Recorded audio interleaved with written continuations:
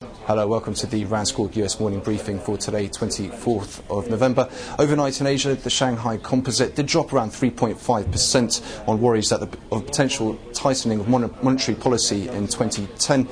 There was talk also that the Chinese government would increase capital requirement ratios, and although this was denied by the Hong Kong Monetary Authority, though this negative sentiment did carry over into the European session, which did lead to a lower open. However, equities pushed higher as the dollar index pared back some of the overnight gains, underpinning an advance in basic material stocks. Equities were also buoyed by the best-rated IFO survey in Germany, which had a positive outlook despite the recent euro appreciation against the dollar.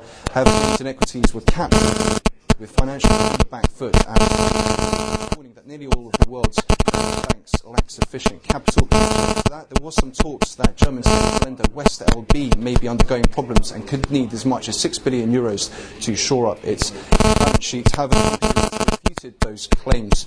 Nevertheless, the German government said that talks on state aid for West LB. Thus far, we've seen that revision to came in line at 2.8% and thus received a pretty limited reaction in the markets. Further to that, we're also seeing the Case Shiller's home price data, which was slightly lower than estimates, coming in at minus 9.36% versus the expected minus 9.05%. In terms of US equity-specific news, after market yesterday did see HP report decent earnings, which was largely expected following its prelim release earlier this month. The company also said it would buy back shares up to $8 billion of outstanding common stock. Elsewhere, Medtronic and Heinz today both reported better top and bottom lines for the second quarter.